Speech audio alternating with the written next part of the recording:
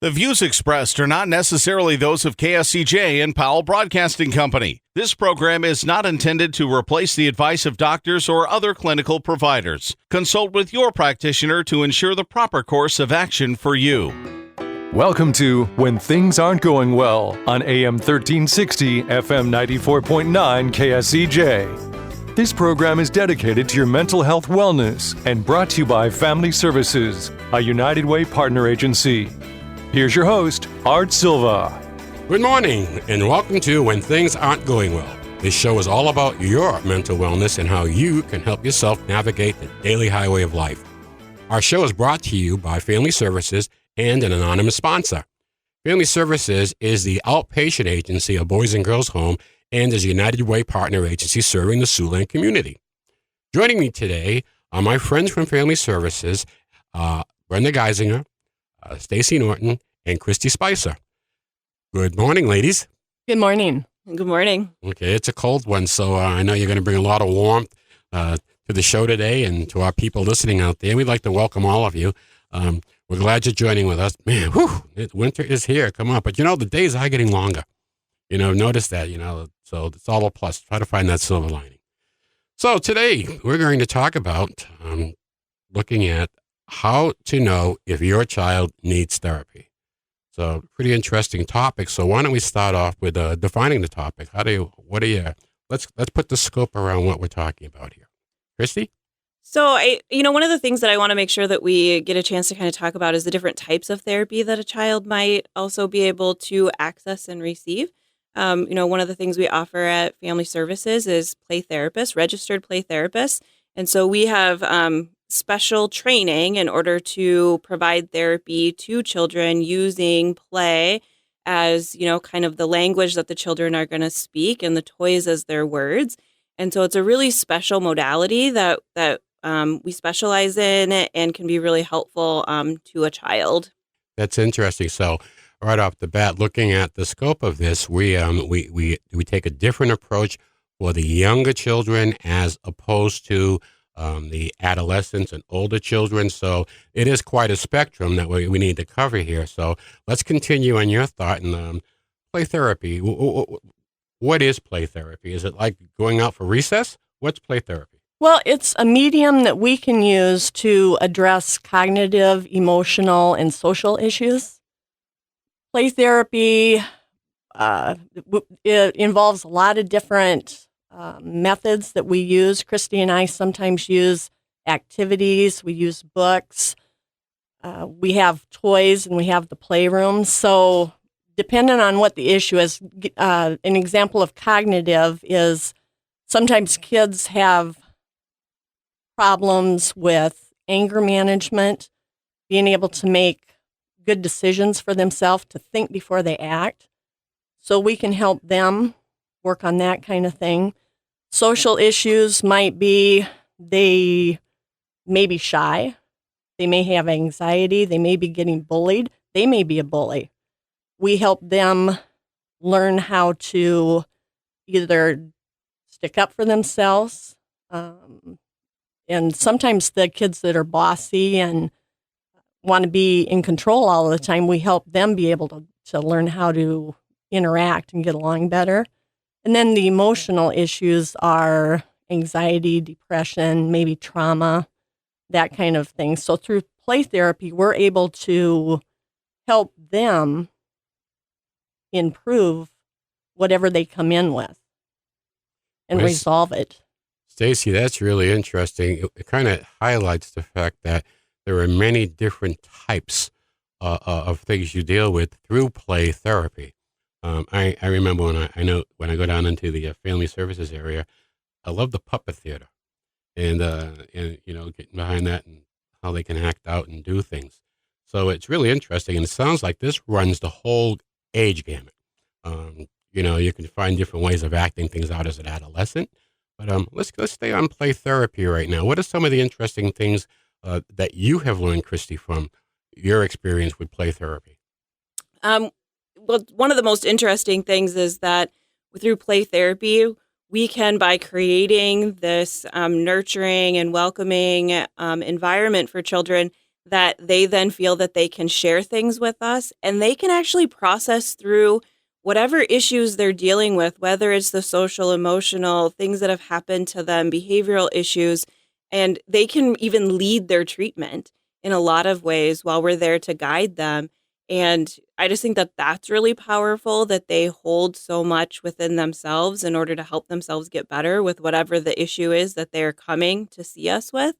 And I just am amazed by that all the time about how the intervention that I didn't think maybe would really be impactful is the thing that the kid comes back and talks about, or I see demonstrated in the next play therapy session, or hear the parents share, they started doing this. And I'm like, oh, that's really interesting. That was something that we had worked on through play, and it translated home to them. Good morning again. I'm Art Silva, and I'm with Family Services licensed therapist Christy Spicer and Stacy Norton and Brenda Geisinger. And today we're talking about how to know if your child needs therapy. Ladies, let me ask you, what are some of the symptoms? What are some of the signs that a parent might look for that might highlight the need for therapy? I think one of the main things is if you see a big difference in your child's affect or his or her behavior. Sometimes, let's say you have a child that's really outgoing and they want to be involved in everything and they do really well in school. And all of a sudden you see that they don't care about school. They're not doing their work. Their grades change. They isolate. They don't want to do things. That would be one indication. Some kids have somatic issues. They complain more of headaches, stomach aches, that kind of stuff. Adolescents, you might see more rebellion, more acting out. So I would say for a parent, any change, you know your kids better than anybody. So any change or life event, change after a life event might be a reason to come into therapy. Christy, let me ask you, are these symptoms harder to detect the younger a child is?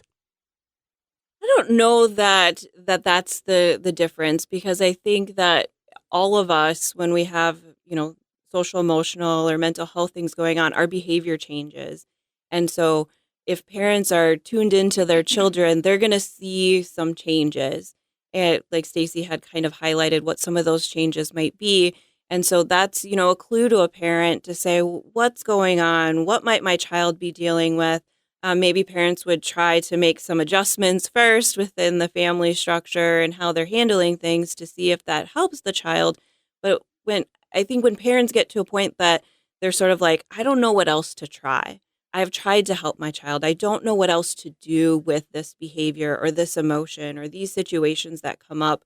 I really think that's a really good indication for a parent to say, I think I need to reach out. I need to talk to someone else about this.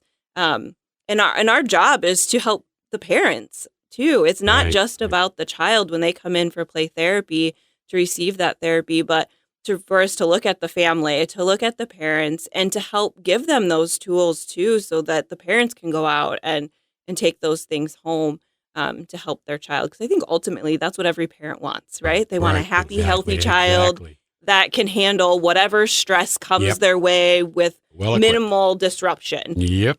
Sounds like a plan. There are eyes and ears out there in the community. And one, our teachers and our guidance counselors in the schools, because they observe changes in our children also. And Brenda, I know that we had worked with the schools on the AWARE program.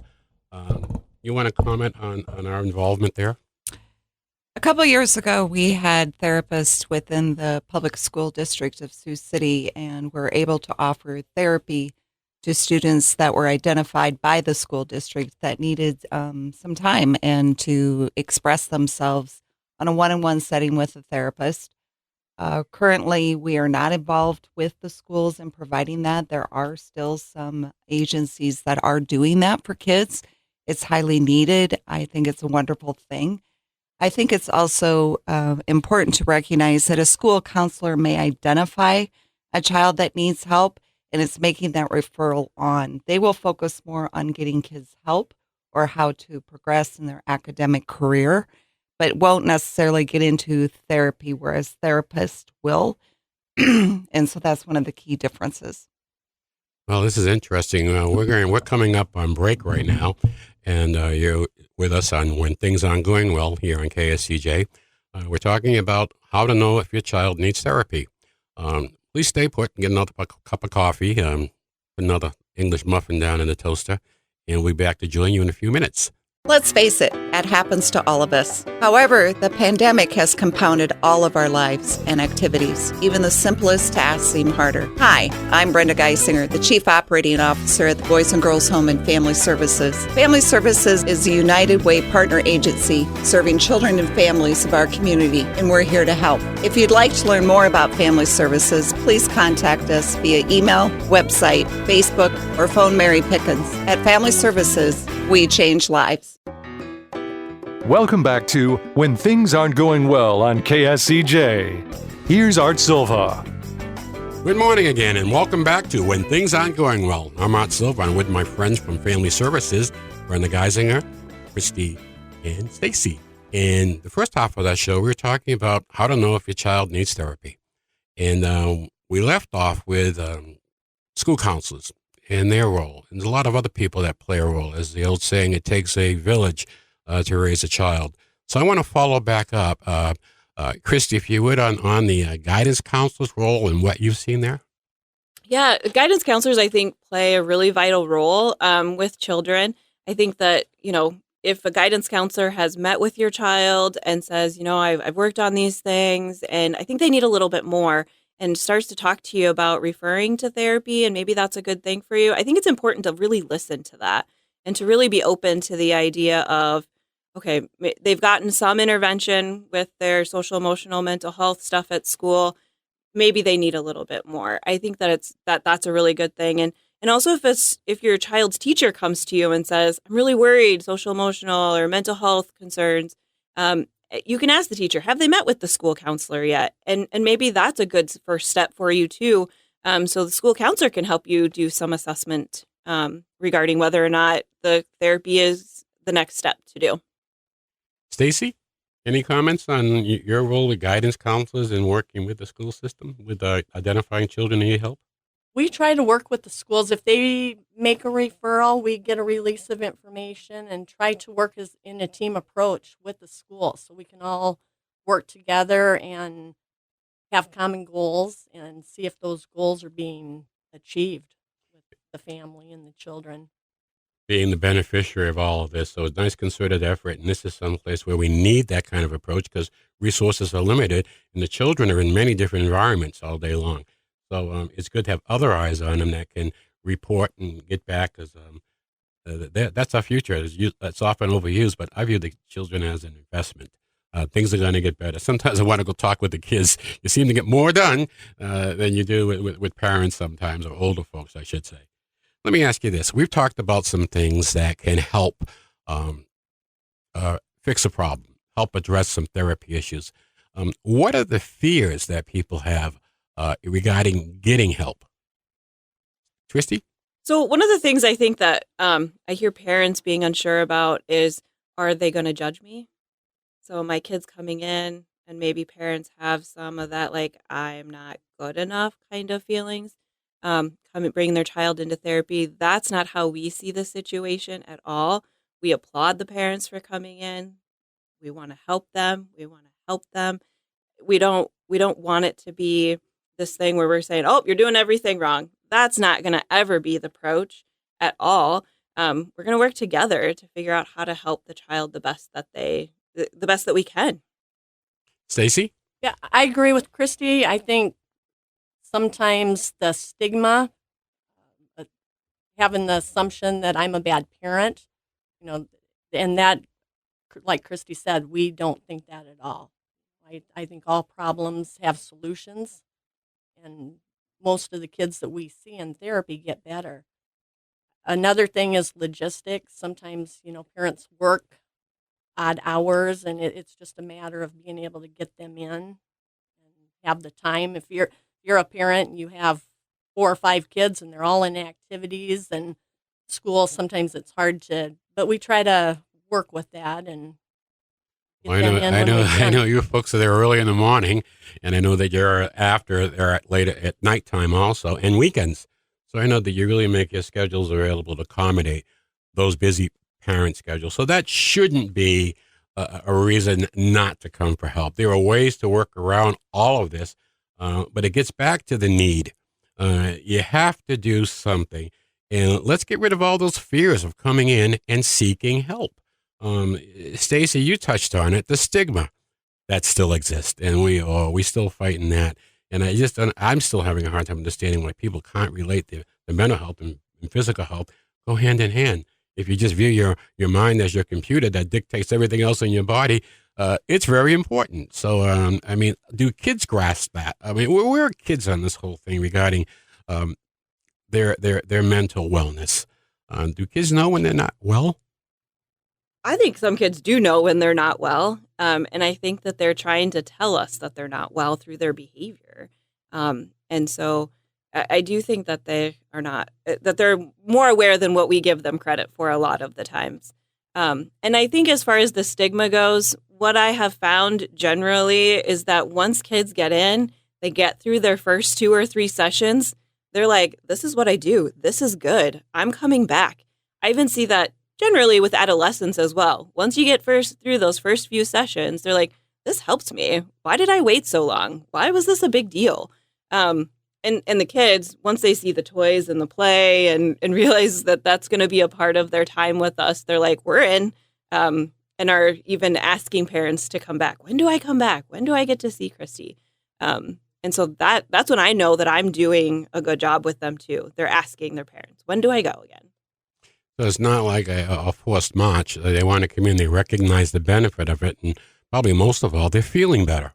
Mm-hmm. And when you feel better, you can unlock a lot of things. Stacy, anything you want to add to that? Well, to add to that, I agree with what Christy said, and I've had kids who I've worked with at different times in their life. So let's say I started therapy with them when they were 8. We dealt with whatever the issue was. So I have kids that maybe teenagers that they're feeling anxiety, they're feeling stress, they're feeling depression. They ask their parents if they can come in and talk. And it may only be 3-4 sessions. We get it figured out and they're ready to move forward again. So I think that's one of the big advantages of therapy, that the kids do find it helpful, and so do the parents. Let me ask you this. I hear individual therapy and group therapy. Is group therapy applicable in situations that you deal with adolescents? Or when does group therapy work as opposed to individual? Pros and cons? That's a couple of questions. Well, go ahead. Nope, you go. I think group therapy is great. We do more individual. We do have some groups at the agency, and I think with common issues, that group is really a uniting benefit of therapy. A lot of times we do individual, but we also work with families. So we may have a group, a family group or a sibling group. So interesting. People seeking help, and that's to their credit, and this is what we're trying to get across to everybody. There is access to help. There is access to care. And if you're having a tough time or a difficult time just with everything that's burdened on you, there are answers. You can attack this. You can cope with this. We can get through this. And our therapists at Family Services have a long history of serving the Siouxland community. So please, there's no need to sit out there and suffer. There are answers. And a lot of times it's just good to sit down and talk with someone else just to get the parameters of what you're dealing with. Too often we try to get into solutions where we really don't understand the whole scope of what we're trying to do, and you eat those things like a big elephant in pieces.